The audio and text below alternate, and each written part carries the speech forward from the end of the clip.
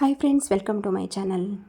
ಎಲ್ಲರೂ ಹೇಗಿದ್ದೀರಾ? ಚೆನ್ನಾಗಿದ್ದೀರಾ ಅಂತ ಅಂದ್ಕೊಳ್ತೀನಿ. ಹಾಗೆ ನನ್ನ ಚಾನಲನ್ನು ಯಾರಾದರೂ ಮೊದಲಿಗೆ ನೋಡ್ತಾ ಇದ್ದರೆ ಪ್ಲೀಸ್ ಸಬ್ಸ್ಕ್ರೈಬ್ ಮಾಡ್ಕೊಂಡು ನೋಡಿ, ಹಾಗೆ ಬೆಲ್ ಐಕನ್ನ ಪ್ರೆಸ್ ಮಾಡಿ. ನಾವು ಹಾಕುವ ಎಲ್ಲ ವಿಡಿಯೋದ ನೋಟಿಫಿಕೇಷನ್ ನಿಮಗೆ ಬರುತ್ತೆ. ಇವತ್ತು ಈ ಈಗ ಬೇಸಿಗೆಗಾಲ ಶುರುವಾಗಿದೆ ಅಲ್ವಾ, ಹಾಗಾಗಿ ಜಾಸ್ತಿ ಮಸಾಲೆ ಪದಾರ್ಥಗಳು, ಸಾಂಬಾರು ಪದಾರ್ಥಗಳು ತಿನ್ನಲಿಕ್ಕೆ ಸ್ವಲ್ಪ ಕಷ್ಟ. ಹಾಗಾಗಿ ಇವತ್ತು ಸಿಂಪಲ್ಲಾಗಿ ಒಂದು ಮಜ್ಜಿಗೆ ಹುಳಿಯನ್ನು ಮಾಡುವ.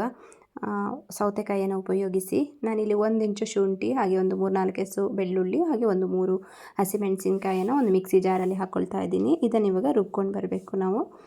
ಹಾಗೆ ತೆಂಗಿನ ತುರಿಯನ್ನು ಹಾಕಬೇಕು. ಇದನ್ನೆಲ್ಲ ಮಿಕ್ಸಿ ಜಾರಲ್ಲಿ ಹಾಕ್ಕೊಳ್ತಾ ಇದ್ದೀನಿ.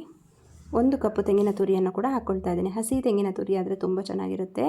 ಒಣ ತೆಂಗಿನ ತುರಿಯನ್ನು ಹಾಕಿದರೆ ಅಷ್ಟು ಟೇಸ್ಟ್ ಚೆನ್ನಾಗಿ ಬರಲ್ಲ.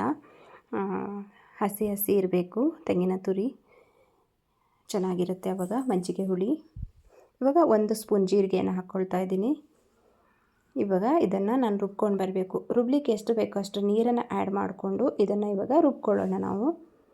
ನಾನಿಲ್ಲಿ ನೀರನ್ನು ಹಾಕ್ಕೊಳ್ತಾ ಇದ್ದೀನಿ. ಇವಾಗ ರುಬ್ಕೊಂಡು ಬಂದೆ ನೋಡಿ, ಮಸಾಲೆ ರೆಡಿ ಆಯಿತು.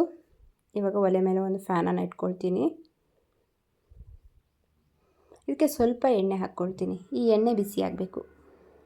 ಇವಾಗ ಎಣ್ಣೆ ಬಿಸಿಯಾಗಿದೆ. ಇವಾಗ 1 ಸ್ಪೂನು ನಾನಿಲ್ಲಿ ಸಾಸಿವೆನ ಹಾಕ್ಕೊಳ್ತಾ ಇದ್ದೀನಿ.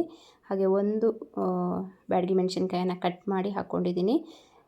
ಒಗ್ಗರಣೆಗೆ ಒಳ್ಳೆ ಘಮ ಬರುತ್ತೆ, ಅದಕ್ಕೋಸ್ಕರ.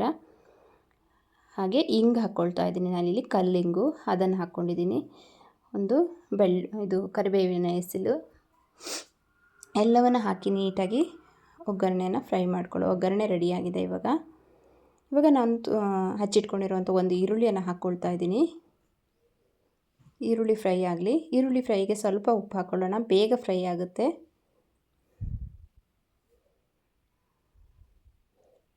ಹಾಗೆ 1 ಚಿಟಿಕೆಯಷ್ಟು ಅರಿಶಿಣವನ್ನು ಹಾಕ್ಕೊಳ್ತಾ ಇದ್ದೀನಿ.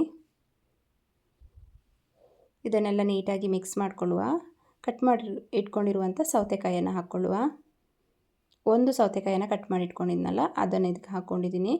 ಇವಾಗ ಫ್ರೈ ಮಾಡ್ಕೊಳ್ತಾ ಇದ್ದೀನಿ. ಇವಾಗ ನಾವು ರುಬ್ಬಿಟ್ಕೊಂಡಿರೋಂಥ ಮಸಾಲೆ ಕೂಡ ಹಾಕ್ಕೊಳ್ತಾ ಇದ್ದೀನಿ. ಎಲ್ಲವನ್ನು ನೀಟಾಗಿ ಫ್ರೈ ಮಾಡ್ಕೊಳ್ಳುವ.